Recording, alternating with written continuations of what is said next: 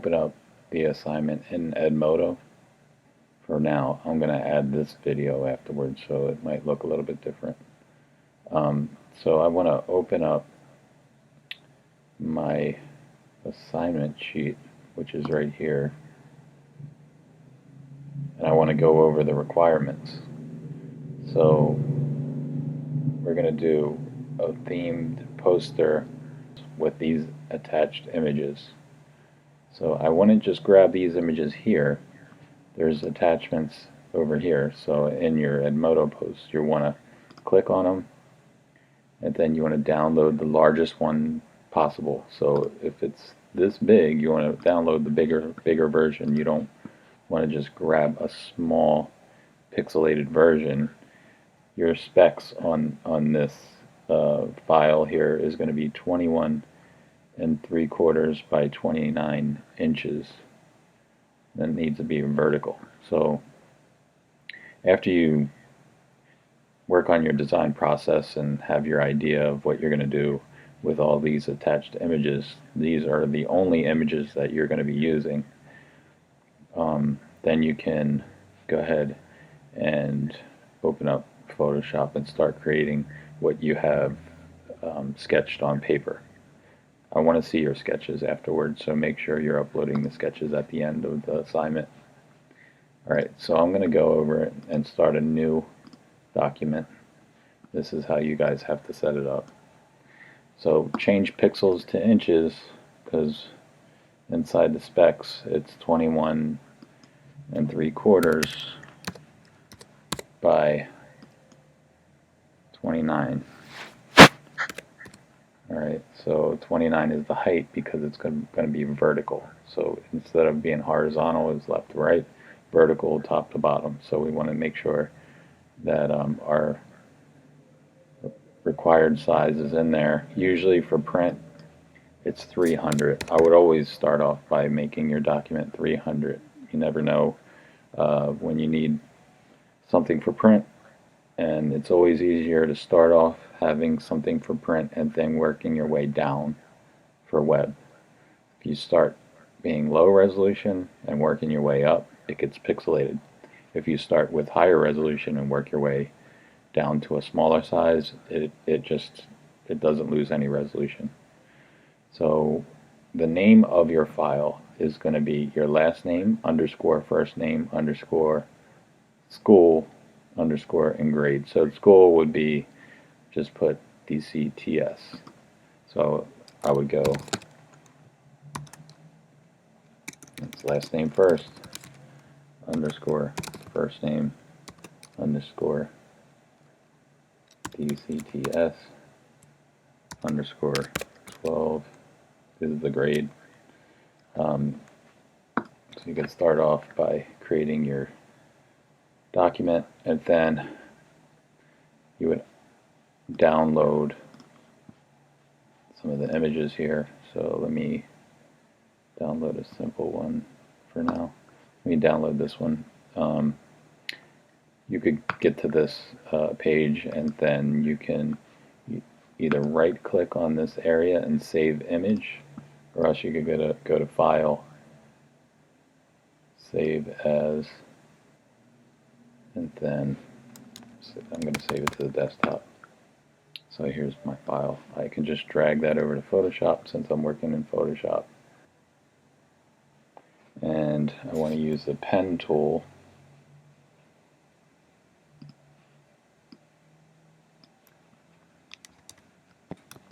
In my sketch I might have it me using.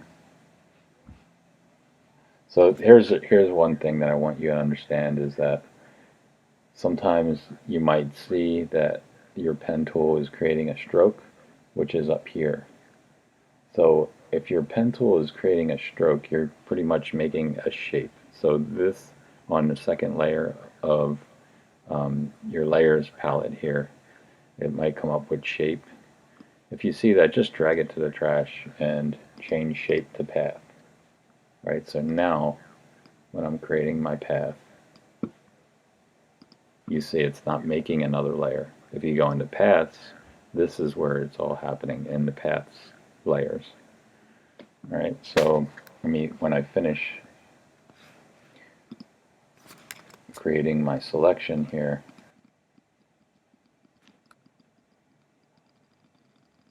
and you could use anything in the photo. You can use some of that dirt that's in the bottom, or tobacco, whatever, burnt tobacco, whatever that is on the bottom there. You could use that and separate it from the background. What I'm looking for is that you're using your pen tool in order to create a nice clean selection that you're going to be using to take this, whatever it is that you're selecting, out of the background. Alright, so since I just kind of selected the cigarette here, I want to take my path and drag it to the selection. See, this is the selection here. See how it makes a selection? So I'm going to go to Edit, Copy, go to my document, and then Edit, Paste. So there it goes. You can see that it's kind of small because our document size is a little bit bigger. You might be able to get away with enlarging it a little bit. So if we were to want to enlarge this here, we could go to Show Transform and then enlarge it. If you zoom in, it's still not that pixelated, so you might get away with that. So there we have one image. You always want to be aware of your layers. So if my background layer was here and my foreground layer was behind it, you're not going to see it because it's behind that layer. If it's on top, then you'll be able to see it. So you're pretty much just going to try to manipulate your photographs all the photographs that are taken here, in order to come up with a creative design that illustrates smoking kills. And you're going to have to use smoking kills somewhat inside of your poster design. You're going to have to use all of these images, or at least portions of each image. So if I wanted to grab the wooden image here, I can just click on it and drag it to the desktop. So I'll open it up. Say I wanted to use the wood image, would select all, copy, and then get rid of that, and then paste underneath so that it's below the cigarette but above the background. So I'll paste it into there. Now I'll rotate it. Now, when you use free transform, if I go back, apply that. If I use free transform here, I can hit Command and drag a corner so that it looks like it's on sort of a 3D plane there. I don't want to distort it too much, but for what I'm doing here, I want to show that the cigarette is on a plane.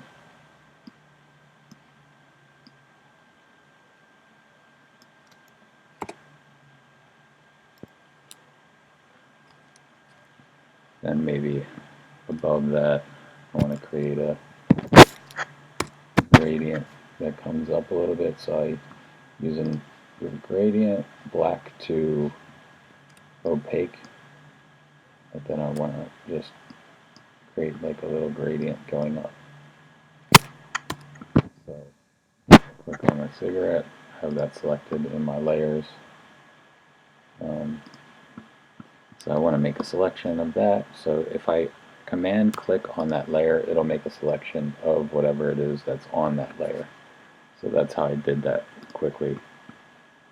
Add a layer below it, select, modify, feather. I want to feather it out to maybe 12 pixels, and then add a fill to it. So I filled it with black and a little feather.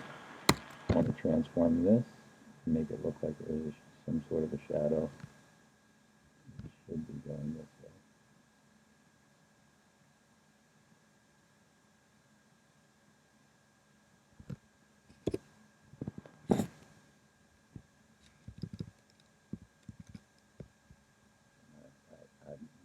add a layer mask to the layer. And then if I wanted to use my brush tool right here and put an opacity on the brush so that it looks like it's fading out. So there's a lot that you could do.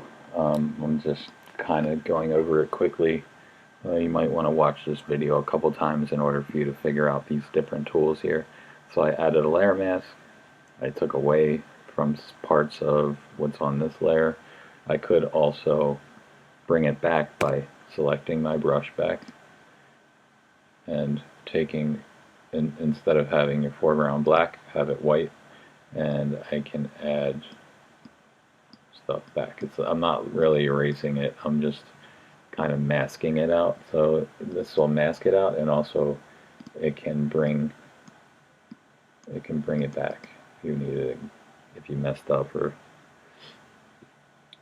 whatever it may be. So let me do one more thing.